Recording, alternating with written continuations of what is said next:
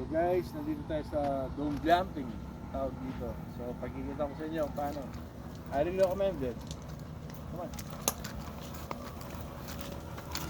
Ito siya. So yung pinaka-dome niya. No?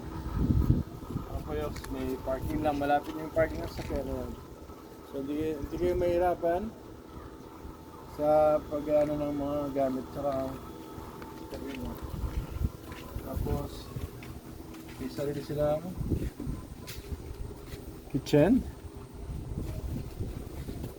Then may daling aming aso, si Star nandito, si TV. Tapos meron silang dito. So ito yung bathtub nilang may pwede ka magpabubbles or something. So ganda yung view. Tapos yan, field slot, net, may pool sila, may pool din. Fresh, everyday pinapalitan yung pool, yung water ng pool everyday. So fresh water yan, galing sa deep well.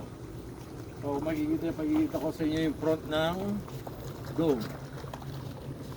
Mr. Cameraman, dito ka. Yan. Okay, layo ko pa ng konti. Yan. Okay, baka mahulog ka dyan. So ito yung pinaka-dome nila. Pag binuksan mo yan, liliwanag na yung panahon. At tulad nga na kanina, may ano ba ito, projector, Netflix, YouTube, kahit na gusto nyo. Yan mamayang gabi. Pero naman, binayaran kita cameraman para ayusin mo yung video, di ba? Samahan mo ko. Yan mamayang gabi.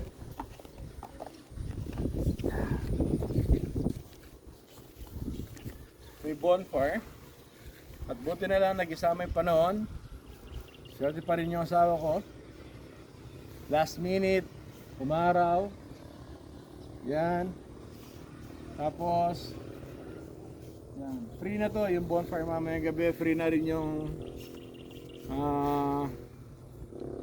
yung biscuit tsaka marshmallow, no? So free na yan, mamaya. Later, we will do that. Tapos may windmill na para kang nasa Switzerland. Hindi na mo na kailangan pumunta sa Switzerland or sa ano. Windmill yan. So guys, ang ganda yung experience. This is life. Enjoy life while still can. So bye bye. Toast.